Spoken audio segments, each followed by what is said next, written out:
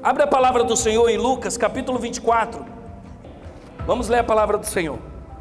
E eis que no mesmo dia iam dois deles para uma aldeia, que distava de Jerusalém 60 estádios. O nome era Emaús. Repete comigo, Emaús. Com vontade, Emaús. Aê! E iam falando entre si de tudo aquilo que havia sucedido. E aconteceu que iam eles falando entre si e fazendo perguntas um ao outro, o mesmo Jesus se aproximou e iam com eles, mas os olhos deles estavam como que fechados, para que não o conhecesse. E eles lhe disse: que palavras são essas? Caminhando trocais entre vós, por que estão tristes? E respondeu um cujo nome era Cleopas, e disse: és tu um peregrino em Jerusalém, e não sabe as coisas que nela têm acontecido? E ele lhe perguntou: quais?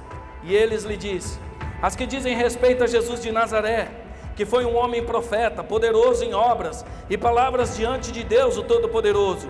E como os principais dos sacerdotes, os nossos príncipes, o entregaram e condenaram à morte e o crucificaram. Somente até aí. Somente até aí. Coloca a tua mão no coração agora e vamos falar com o Senhor. Diga assim: Senhor, fale comigo através dessa palavra. Espírito Santo, convence a minha carne de que essa palavra vai me gerar um fruto, em nome de Jesus. Pode se sentar em nome de Jesus. Vamos discorrer um pouco desse texto para vocês entenderem.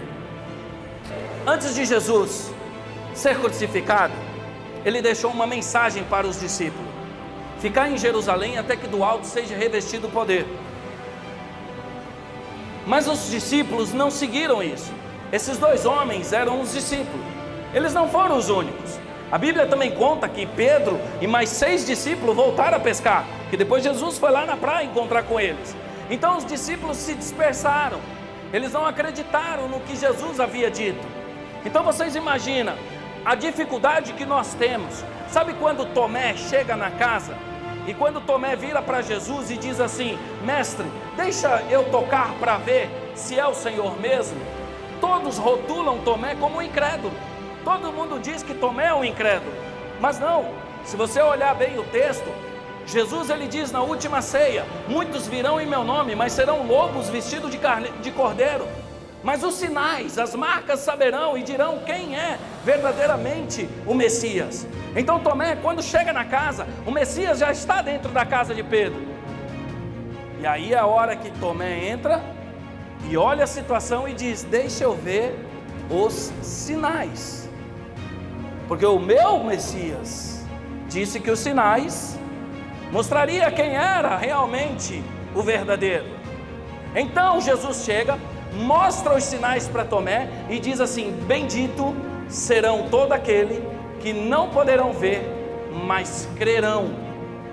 Isso se engloba a gente. Aí é a hora que nós entramos na situação, porque nós precisamos entrar e entender qual que é o propósito nosso.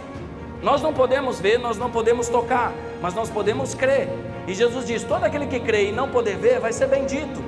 Então a fala de Tomé abriu uma porta, abriu um portal para que hoje você está sentado aqui e você se torne bendito em crer em Jesus Cristo como a verdade, a vida e o caminho sobre a tua vida. Se ele não tivesse feito isso, não tinha aberto esse portal. É um portal que se abriu através de uma mensagem de Tomé, mas as pessoas passaram a rotular Tomé como um incrédulo. Mas esquecem que lá no mesmo livro de João, no capítulo 11, quando Jesus fala: vamos voltar para a aldeia de Marta, todos os discípulos falaram: se nós for, nós vamos morrer. Mas Dídimo, que é Tomé, fala: se for para morrer contigo, eu vou. Então as pessoas esquecem muitas coisas que são feitas positivamente e pega os pontos negativos e transforma numa grande tempestade e começa a te rotular. Começa a rotular. É como você tentar ligar para o teu pastor uma vez e ele não conseguir te atender. Você ligar 2 vezes e ele não te atender, 3 vezes, ir na igreja e ele não poder fazer um gabinete. Aí você vira para o cara do lado e fala: sabe o que? Meu pastor é enrolado. Não, enrolado é o capeta, amigo. Teu pastor está trabalhando. Ele está com o tempo muito cheio. É para quando você sentar com Ele, você aproveitar o máximo. É quando você sentar com Ele, você aproveitar o máximo de conhecimento que Ele tem. Porque só Deus sabe quando você vai ter outra oportunidade. Porque tem agendas, tem ministério, tem que cuidar da igreja, tem que cuidar de família, tem que cuidar de trabalho, tem que cuidar de um monte de coisa. Então você tem que pensar e falar assim, cara, eu estou tendo uma oportunidade única, eu tenho que aproveitar. Então Jesus, ele disse, fica em Jerusalém. Mas os discípulos começaram a dispersar. Sabe quando você recebe uma mensagem no culto e no meio da semana você já começa a dispersar? Por isso que toda quinta, toda quarta, todo domingo tem que ter culto para arrebanhar. Porque nós temos o costume de dispersar. E por que nós dispersamos? Porque nós começamos a criar pensamentos próprios, pensamentos que nós achamos que é o caminho.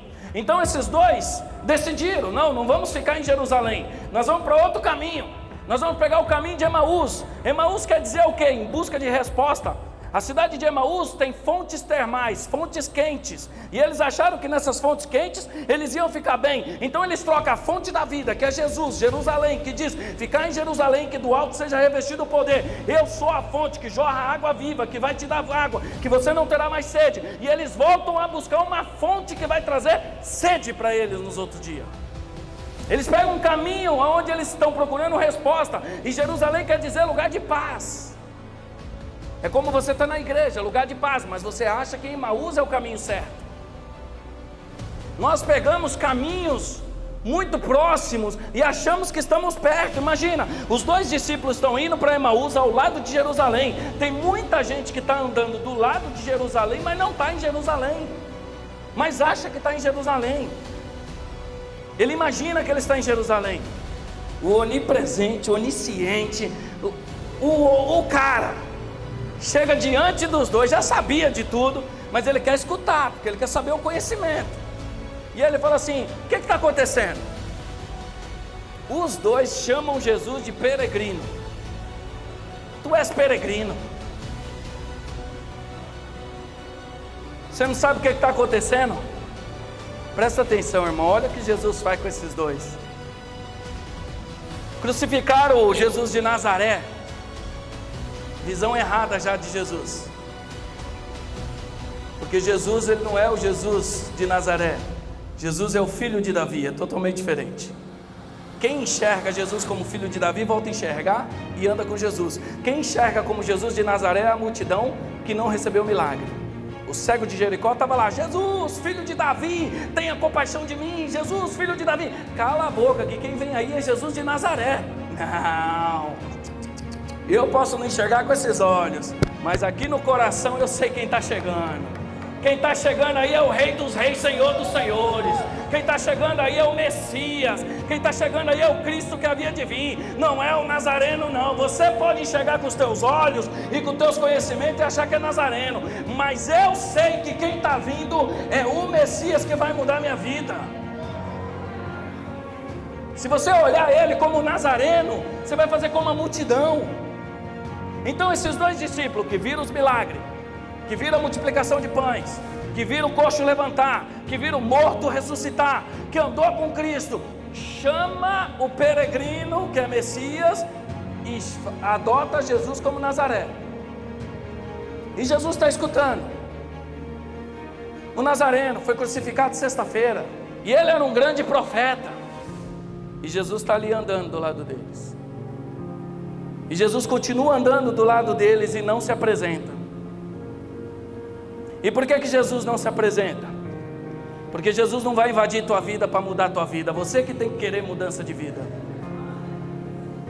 Jesus pode andar todos os dias com você. Você pode sair de casa e falar, Jesus, vem comigo, Jesus. Eita, Jesus, com durmo, com Jesus eu acordo, com Jesus eu tenho tudo, Jesus está na minha vida, Jesus está... Mas se você não abrir a porta para Ele entrar e transformar, Ele vai andar com você todos os dias e você não vai mudar. Ele vai acompanhar você em Emaús.